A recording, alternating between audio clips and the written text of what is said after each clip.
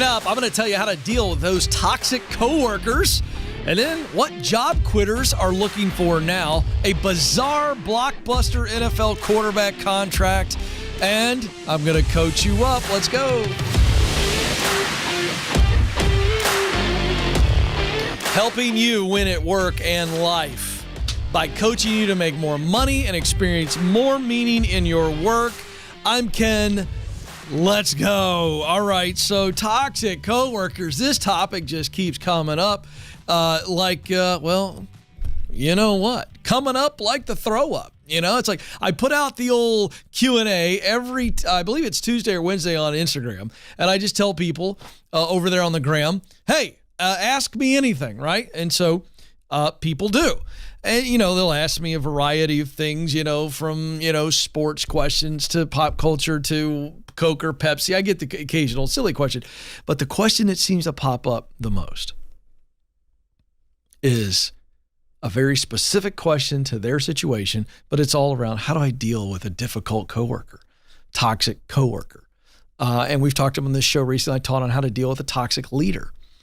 So today I'm going to give you what I believe is a very practical 3-step process to consider when you're dealing with a toxic coworker. Because here's the overarching thought here that I want you to embrace. My whole purpose for doing this show is to help people do what they were created to do, right? Step into their sweet spot and live and work the dream, right? But the reality is you could be absolutely in your sweet spot, doing work that you were absolutely created to do. But if you were in a horrible culture, whether it be a smaller team culture or a greater company culture that's just horrible and toxic, let me just tell you something. You'll still be miserable.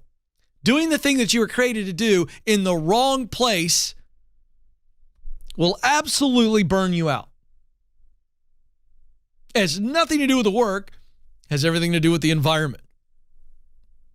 And the answer isn't, and I understand this, and I want to be practical. I understand the answer always isn't as simple as, well, just leave. I understand that that's not always an easily made decision, or rather, it's not always simple to execute on. It is possible, but it takes time. Got to find something to leave too. So I don't ever want to be overly simplistic and just dismiss, well, if you're dealing with a difficult worker, if you do this, your kid doesn't work, you just leave immediately. No, I understand that. So I want to encourage you. And I believe these 3 steps will allow you to have the best opportunity to overcome the difficult or toxic teammate. Here we go. Number 1, you have to try to have empathy for them. In other words, you have to give the effort to try to understand what's going on with them below the surface. One way I said it on a social media post in this particular topic was, there is pain inside of them that is causing the problems that you experience. Another way of saying it, and I've heard this a million times, it's a beautiful way of saying it, hurting people hurt people. Now, let's just pause for a moment and get real. If these people are hurting you, it is very, very difficult to step back from that situation and go, okay, they are hurting me with their words, with their actions. And yet, the reason they are hurting me is because they are hurting. And that is really difficult to do. Because it's the equivalent of them, shooting you with a Nerf gun or one of those little things that stings. It's like, hey, pop, pop, pop, pop, pop, pop, pop, pop, pop, and it's hurt, and it stings. It's like, ah! And in the moment when that's happening to you, all you're thinking about doing is covering up, protecting yourself, defending yourself. That's very normal. But you have to, after the wound and the pain is inflicted, you have to be able to, while you're recovering and dealing with the pain, you also have to go, okay, is this deeply personal? Is this very intentional? Or is this a result of pain? Now, I can tell you this, whether it is unintentional or intentional, it's still about pain. So it doesn't excuse their behavior. But many times we can figure out that this is not actually intentional. Remember, pain is at the source of intentional poor actions or bad actions or toxic behavior, just as it is at the source of unintentional toxic behavior. But the reality is that if we can determine and understand what the pain is below the surface that's creating the problem, now we have ourselves some perspective by which we can channel. Let's keep moving. I'll come back to that. Number 2, if that doesn't work, if you can't dig into the pain and find out what's going on and treat them with some empathy and maybe some compassion, now you got to go, okay, I've tried the empathy, compassion part. I understand what's going on, and I've given them grace. Maybe I give them mercy, and I try to win their heart over. If that doesn't work, it's not your job to be their counselor. You're their coworker. So now you got to remove yourself. Don't engage. Don't empower their behavior by engaging in the behavior. Well, Ken, that's easier said than done. Yeah, I understand. But the reality is they come over and they start talking negative to you. They come over and start telling you what to do, and it's not their job to tell you what to do. I'm telling you, folks, there's honor in going, oh, I got to take this call, and there's no call there. Well, you say you're lying. I think it's acting. Remove yourself from the situation. I don't care. You're not breaking any ethical, moral laws of the universe. Get out of there. Come up with an excuse. Hey, I got to go over here. Well, you didn't say you had a meeting. If you don't like my fake phone call, all right, I'll give you the completely guilt-free. Hey, I got to go take care of something. Well, at which point you can come up with anything to take care of. Hey, I got to go to the bathroom. Well, Ken, that's a little awkward. Yeah, but that'll shut this stuff down. Get out. Remove yourself from the situation. Avoid them. In other words, you're creating boundaries to guard yourself from their destructive behavior. And then third, and this is for you people who like confrontation and it doesn't freak you out. And I know that's very few of you, but I got to address the Ken Colemans of the world because this is where I go. I always want to start with number 1. I want to try to understand what's going on, try to have some empathy and compassion. And if that doesn't work, I'm going straight to confronting them, baby. This is where you go, hey, you're over here telling me what to do. You realize you're not my leader, right? Hey, listen, I appreciate the suggestion, but I'm doing exactly how our leader says I need to do it. Or, hey, can I tell you something?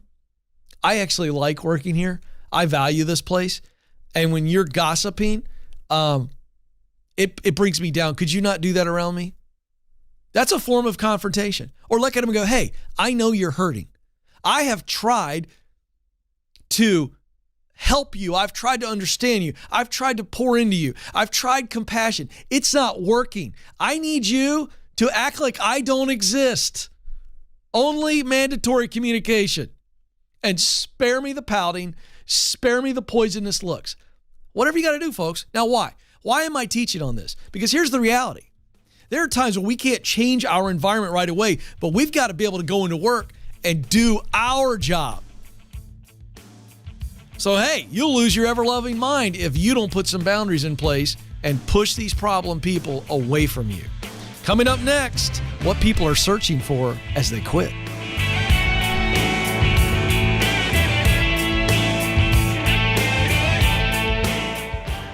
So you just landed the new job. Congratulations. You've made it past the interviews and now it's time to onboard with excellence. That's why I created How to Stand Out at Your New Job. This free checklist will help you succeed from day one and may even help you get promoted. These practical steps set you up to add value, help your team win, exceed your leader's expectations, and ultimately set you up for a successful transition. To get started, just go to kencoleman.com/new.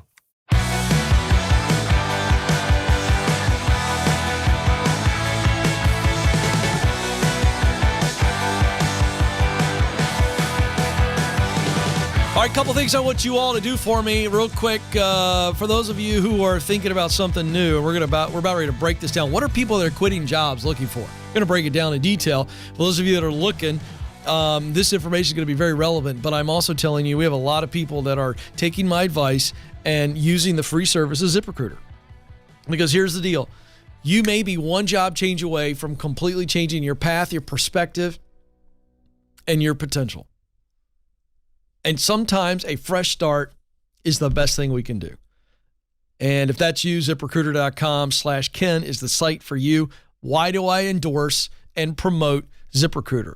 Well, they're a world-class service that allows you to live your life and you're not submitting 50 to 100 resumes a day. One profile in 5 minutes or less, and your resume is uploaded, and they start pitching you. They are recruiting on your behalf while you're living your life, going to soccer games, football games, doing your work. They're working for you. Companies pay them so you don't pay them a nickel. Companies pay them for access to people like you. And I know my audience is serious, and I know my audience is clear, and I know my audience is hungry, and so they love you. It's free to you.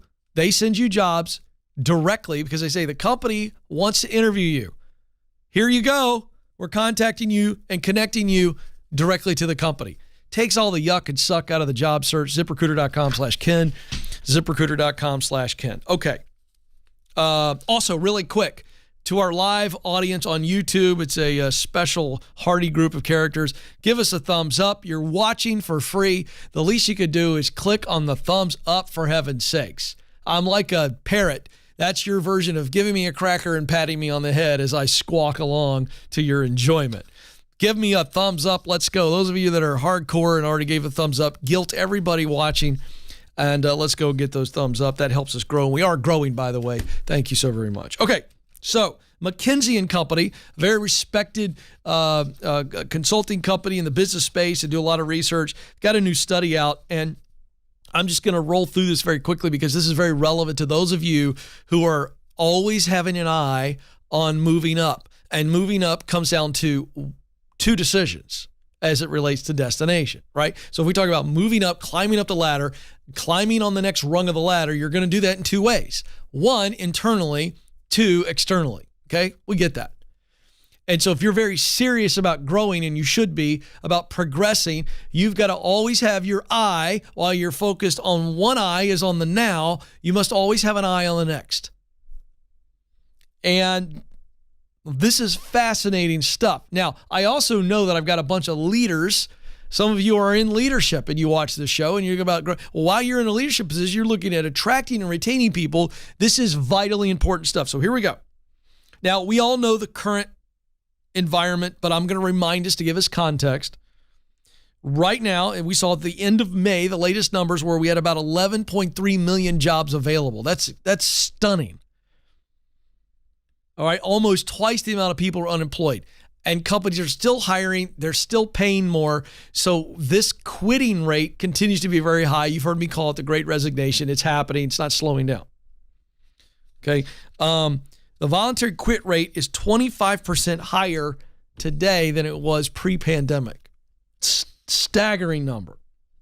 Now, employers who are being left behind are continuing to rely on the traditional levers, or let's call it bait, to attract talent.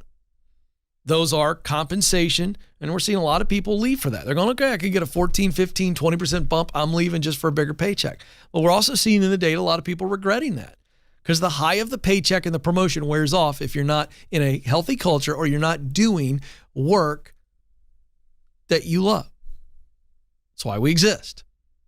I'm just telling you, the paycheck wears off. Now, compensation, titles, advancement opportunities, these are always the carrots. And those are still important for what McKinsey's calling from this study, workers that they call traditionalists. So it's a large group that go, you know what, that's all I'm looking for. I'll gut it out. If I don't love the job, I don't care, as long as I got a good check, good title, and a good chance to get promoted. And unfortunately, that's what I'm fighting. Settling for okay work. All right, now, there's a new pool of workers that has created this gap between 11.3 million jobs available and let's call it 8.4 million people unemployed. There's a gap. Why? Well, because of these non-traditional, they're not looking for that type of stuff. They're looking for flexibility. Okay? They're looking for remote opportunities. They want to start their own business. And so McKinsey in this report has grouped these non-traditional workers into 3 categories. This is interesting. Do you fall in any of these categories? And leaders, listen to me. You need to be aware as you're trying to compete for talent and attract talent. And leaders, if you're not aware of this, you're going to lose the race for good talent. Here are the 3 groups. These are reshufflers. These are employees who are quitting and going to different employers in different industries. So they're switching industries altogether. Then there's the reinventors. These are employees leaving traditional employment to go to non-traditional work. That's the temporary gig, the part-time role, or starting their own business. And then the third group are the reassessors. These people are not quitting for other jobs, but because life has changed for them. Could be a mom that needs to go home. Daycare's not working out. Maybe there's some medical issues going on, a whole host of issues that would have a person go, you know what, for this season of my life, I can't be working the traditional job. Okay. Now, of the employees who quit without a new job in hand, meaning they didn't quit to a job, okay, so there's a lot of these reinventors, 47% of those chose to return to the workforce. So that tells me, again, either it was not a good financial move, they thought it would work out and it didn't, or they took care of the issue at hand and then they want to get back to work. And so that's pretty fascinating stuff. Now, we've got a graphic I want to put up on the screen really quick. And I don't have time to break down this whole article. This study is huge, but look at that right there. Top reasons for quitting your previous job. Now, this is from people who quit between April 2021 and April of 2022. And this is a sizable shift, okay? We've always seen lack of meaningful work and compensation towards the top. But look at the top reason right there, a lack of career development and advancement. I've said it on this show, Alex, before, and I was right. People don't want a better job, they want a better life. Then total compensation is second, and then closely in third is uncaring and uninspiring leaders. People leave leaders, not companies. Wow. Really interesting stuff. All right, next, unbelievable story from the NFL world, and it's a leadership example. Kyler Murray, for those of you who aren't NFL fans, he's the quarterback for the Arizona Cardinals. And he won the Heisman at Oklahoma, so all you Sooner fans love you some Kyler Murray. Well, during the offseason, there was some contentious negotiations. Would the Cardinals sign him? He stopped following him on Instagram. There was a lot of drama and all this kind of stuff. And so it was just announced this week. You ready for this? The Cardinals signed him to a $230.5 million contract. $160 million guaranteed no matter what happens in his behavior or performance. $160 guaranteed the minute he signed it. That's $46.1 million average salary. That's not bad, Alex. Not bad at all. So those numbers is not what has caused a stir among NFL executives. The number that stood out in the contract and stood out to me was the number 4. Little clause in this contract that said Murray has to spend 4 hours per week in independent study during the regular season and playoffs. During that time, he must review material provided to him by the club in order to prepare for the club's next upcoming game. So now this is when he's not in the locker room or he's not in the training room, he's not in the film room. He has an additional 4 hours a week that he has to do homework. Now let me tell you why this is wild. Here's the takeaway. Talent is not enough, leaders. If you're spending that much money on somebody and you're mandating that they got to do 4 hours of homework, that's probably not a good deal. And number 2, they're covering their butts in case they fire him because they don't trust him.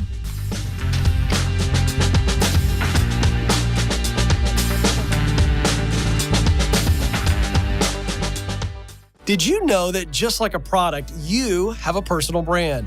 It's the image or impression others form about you based on your interactions. And whether we realize it or not, our personal brand impacts opportunities to grow in our careers. That's why our team created the Personal Brand Survey. It's free, and it will give you personal and professional feedback so you can own your strengths and uncover any blind spots holding you back. To get started, go to kencoleman.com/brand.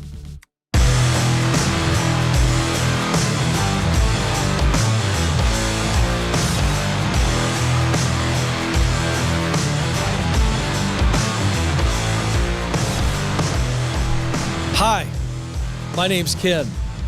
I'm a man of the people, by the people, for the people. And no, I've not turned into an injury lawyer. You know, you say for the people now, and that's been completely just perverted right into, oh, you're the guy I call if I get hit by a car.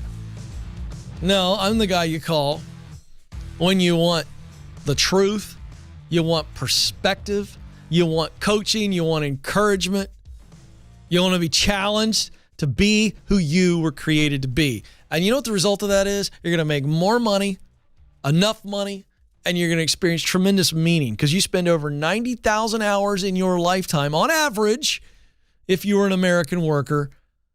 And if you're spending that kind of time at work, you take sleep, what's left over, you better be doing something that you're good at. You better be doing something you love. And you better be doing something that produces results that you actually give a crapola about. And that's why we're here. And this is a perfect story. I mean, this is fascinating to me. And I think it's happening, Alex, a lot more than we realize, even though this is in the headlines. What am I talking about? By the way, you notice that there's a trend going on here, Alex, that we keep reporting viral TikToks. So even adults are on the old talk now, and they're just sharing real stories, and it's going bananas. Here's another one. A man, an Ohio-based teacher, goes viral on TikTok after revealing that he was quitting his job as an early education teacher to make more money working at Walmart. Let's show you the TikTok, and then we'll break some stuff down. Here you go.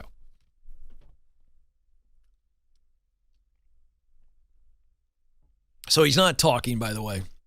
So he says, hey, I'm leaving teaching after 6 years, and I'm going to take a job at Walmart. The direct quote was, leaving teaching after 6 years to go be a manager at Walmart and make more not using my degree. That's what you saw there quickly in the caption.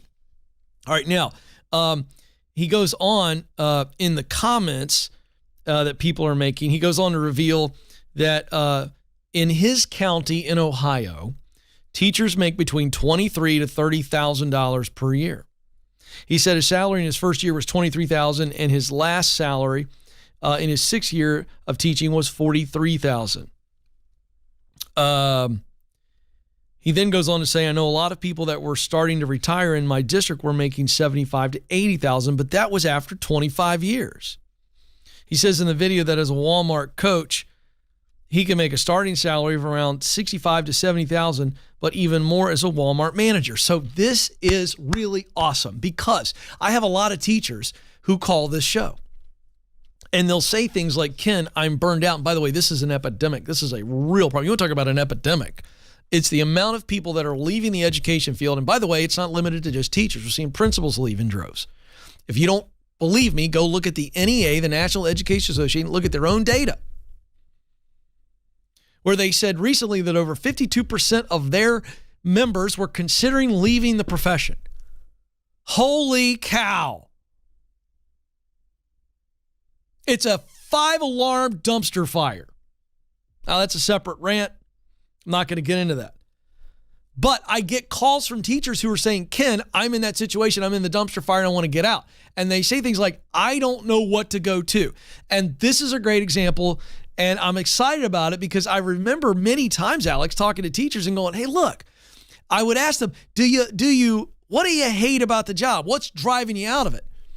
And it was always external circumstances. In other words, the remote teaching responsibilities, they now have to counsel students and they're not trained counselors. They're having to deal with mental health issues and they're not equipped and trained to be mental health counselors. I've talked to teachers about this directly. Not just on the air, but off the air and Zoom calls where I've gathered teachers. They are dealing with the fact that they can't teach the actual topics. They are teaching for a standardized test. And there's massive stress and they feel like their job is on the line if they don't have enough kids test at the levels that are required by politicians in the standardized test. And parents, those of you watching, those of you that may have been students, you know there's a real stressor here. So anyway, so we get through all that and I say to the teacher, if I removed all that crap, would you be calling me? They go, no, I just love teaching and instructing. So then I say, well, what are some other areas that you can still be that instructor or do the work of instructing. And here's an example. As a matter of fact, I just had an idea. I want Brittany to reach out to this guy.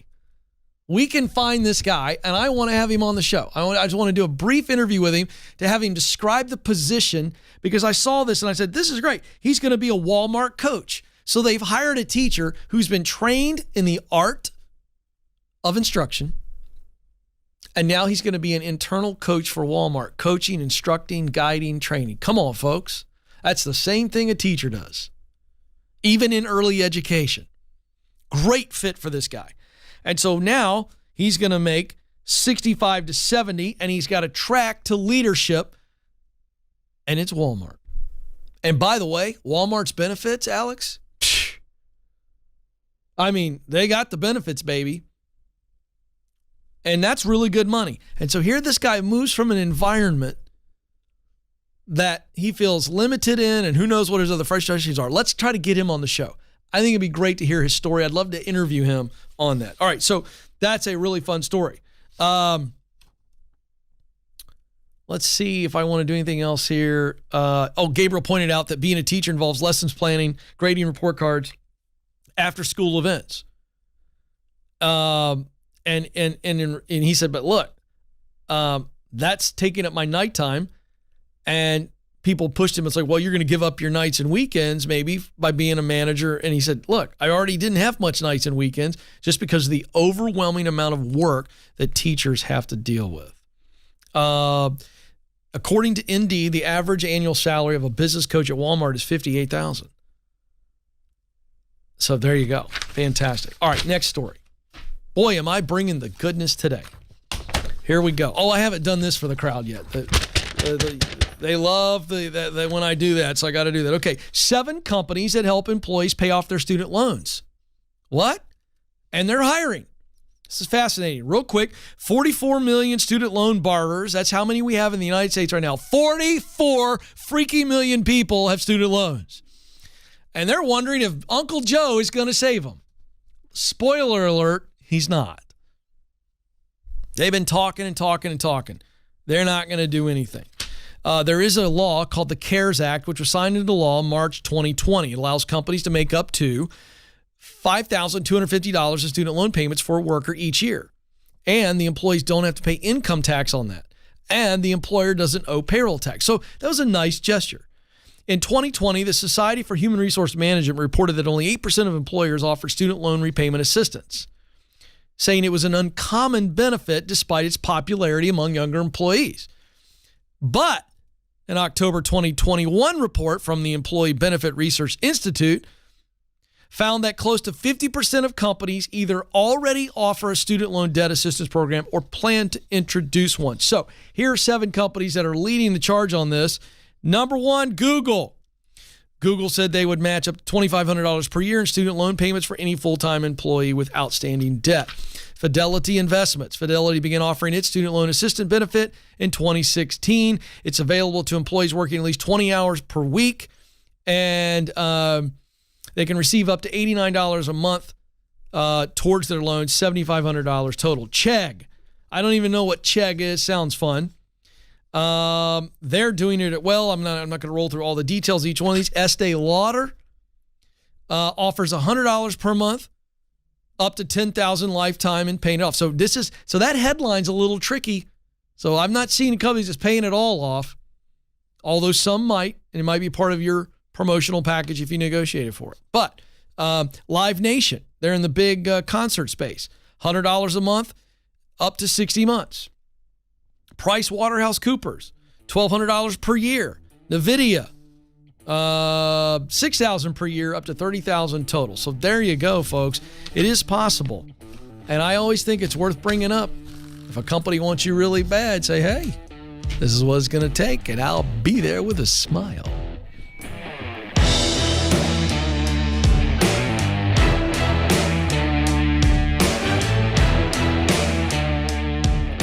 If the thought of attending a networking event makes you break out in hives, you're not alone. And I'll let you in on a secret. Networking in the traditional sense doesn't work, but genuine connection is all about relationships. That's why we created Networking the Right Way. This free guide is the low-pressure, high-impact way to overcome the awkwardness, build real relationships, and turn your connections into opportunities. To get the guide, go to kencoleman.com/network.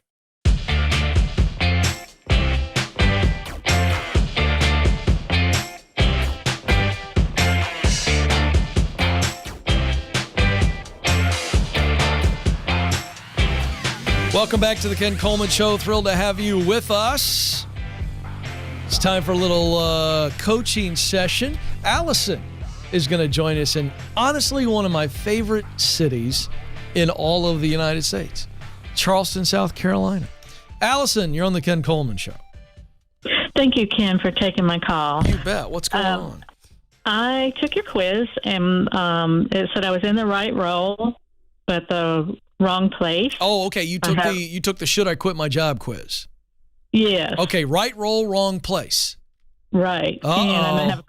And I have great benefits, great pay, and I'm 5 years from retirement. Okay.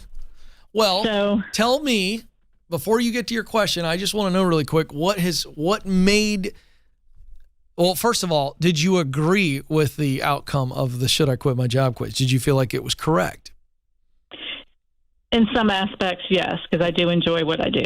Yeah, right. But that's the right role. Right. But they're your answers. And so if you agree with this assessment that you were in the right role but the wrong place, there's something about the environment or the culture that made you score that, correct? Correct. What is it? I would agree with that. Being unappreciated and not being offered. I was offered something, ownership, and it was taken away. Oh, I'm sorry. Because of my age. And I'm not degreed. I'm a controller. Yeah. So sometimes it's just lack of appreciation, but I work by myself. I love what I do. Okay. Okay. So the environment, it's not the environment. You like working by yourself, and that's ideal. It's just you don't feel valued because they took away something from you. I mean, that's awful. Correct. Yeah, okay, I get it. All right, so what's your question? Well, should I just hang it out for the next 5 years, 6 years to retirement? Well, let's look at this. All right? Okay. So let's just walk through this. You're on track to retire and be very comfortable, yes or no? I wouldn't say I'll be comfortable, but I don't know about very comfortable. Okay, sorry. All right, but comfortable. So the point. So you're going to be comfortable. We're just walking through some scenarios here. Okay. Okay. So you're going to be comfortable. You really enjoy your work. You like the work, and you like the environment or the rhythm because you work by yourself. You're pretty much left alone. You do your thing, and you really enjoy it. So it's not something that drains you. It kind of lifts you, and it's good. True. Right. Yes. Okay.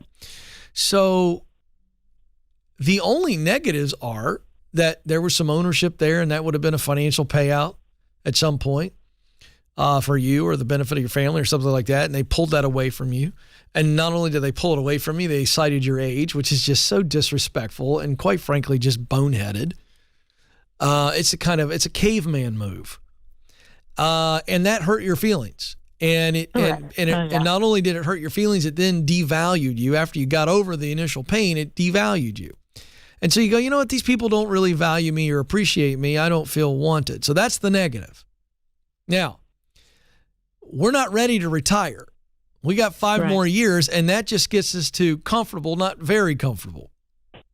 So if we leave, we are leaving for one reason, maybe two.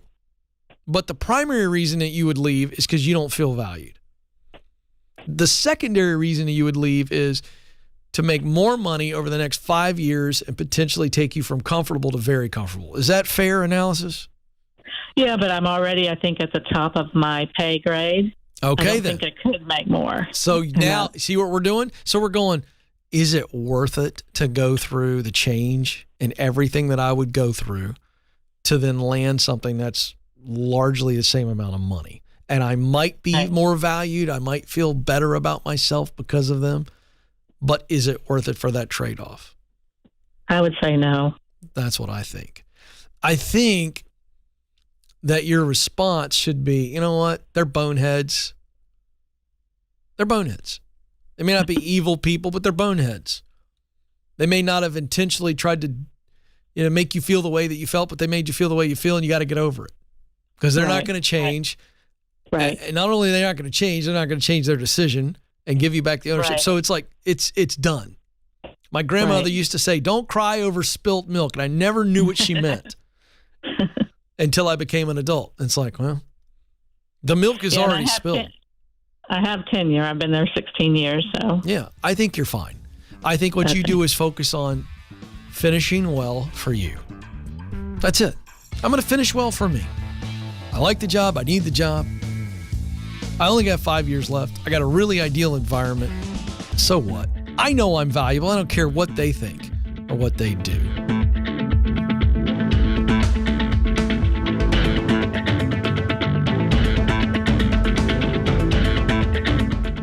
Are you wondering if you should leave your current job or stay put? You're not alone. That's why we created the Should I Quit My Job quiz. In just 5 minutes or less, this quiz will help you determine if you're at the right company and if you're in the right role. If you need to make a move, you'll even get practical next steps to keep you moving forward. Listen, stuck is a choice, and life is too short not to do what you were created to do. To take the quiz, go to kencoleman.com/quiz.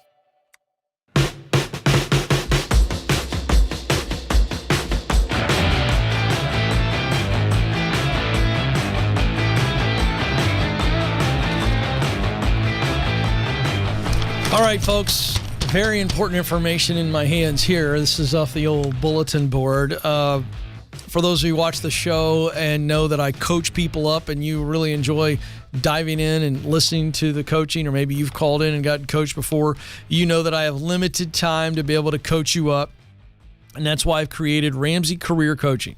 These are professional coaches that have been certified. They have been doing this a long time. In fact, all of them longer than I technically been doing it. They're world class, women and men. So you got a variety to choose from. What's the best fit for you? And I've talked with these folks. I've vetted them. And let me tell you something. For those of you who have the margin to do this, and it's not very expensive, kick the tires and just check me on that. For some of you, you don't have the margin at all. For those of you that have margin and you want to get a bigger shovel. Now, Dave Ramsey, if you're familiar with him, has been saying that for a long time. Bigger shovel means I can scoop more dirt out of the hole, get out of debt, right? That's the concept. Or for those of you who want to save, catch up on retirement, put the pool in, buy the car for the 16-year-old. I mean, fill in the blank. More money. Then I'm telling you, growth in your financial and professional life is directly related to how fast and how firmly you are growing. And a coach is the game changer. Any money invested in a coach, in my opinion, if you allow them to coach you, is always going to return multiple X. I don't know the number. That would be foolish for me to predict, but I'm telling you, you won't just get the money back. You'll get it back then some. That's how much I believe in coaching. Go to kencoleman.com/coaching today. We have limited spots in our first kind of trial run as we work through the best engagement for you, the customer. kencoleman.com/coaching, kencoleman.com/coaching. I'm telling you something. Breakthrough is on the other side of coaching. That's what I believe for everybody in multiple areas of their life. Michaela, what is it? Charleston, South Carolina Day? This is very exciting. I got to tell you, this might be a sign. Stacy and I were looking at a little fall getaway. Got some Southwest miles that we got to use. George Camel told me about the hack. And I got some unused miles, got to use them. And we're thinking about Charleston, South Carolina. Now I feel like this is a sign. So I may patch Stacy in for this call and we'll get a full breakdown from Michaela. No, I kid. Michaela's waiting. Michaela, you're on the Ken Coleman Show. Hi, Ken. Thank you so much for having me on. You bet. What's going on? So I am an actuary. I've been working for my company for 2.5 years now out of college. Mm-hmm. It's what I studied in college, what I've always had my sights set on. Mm-hmm. But I've been struggling with the actuarial exams that we have to pass. Ah. And because of that, my company is moving me to a non-actuarial role. And that has kind of prompted me to, and I always wonder, like, is there a better career out there for me? But this is prompting that question even more. Sure. I know I can do the exams. I've been getting more and more test anxiety every time I haven't passed it and have retaken it. Yeah.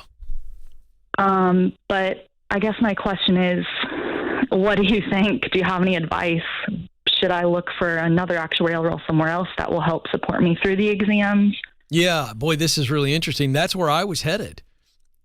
My question was and is, if we got over the anxiety issue and we got through it, because I believe you can with help, and you knew you weren't going to struggle with the exams, would you be on the phone with me right now? Talking about a different career option? It ebbs and flows. About 3 months ago, which was around the time that I was taking the exam back in April. Yeah, but see, that's tied to the anxiety of the exam. I want you to, and by the way, you already had an answer. I know this about people. I've done this now over 5,000 times. I want you to tell me what you actually were thinking that you didn't say. I'm going to ask the question one more time because it's a yes or no answer. If you knew that you would have no issues with the exam, no anxiety, and you were going to sail through it, would you be calling me right now asking for my help to come up with ideas for different work? No. Of course not. So, I mean, listen, sometimes I don't give people the answer that they want, but that's not my job. My job is to get you to answer it, and you just answered it.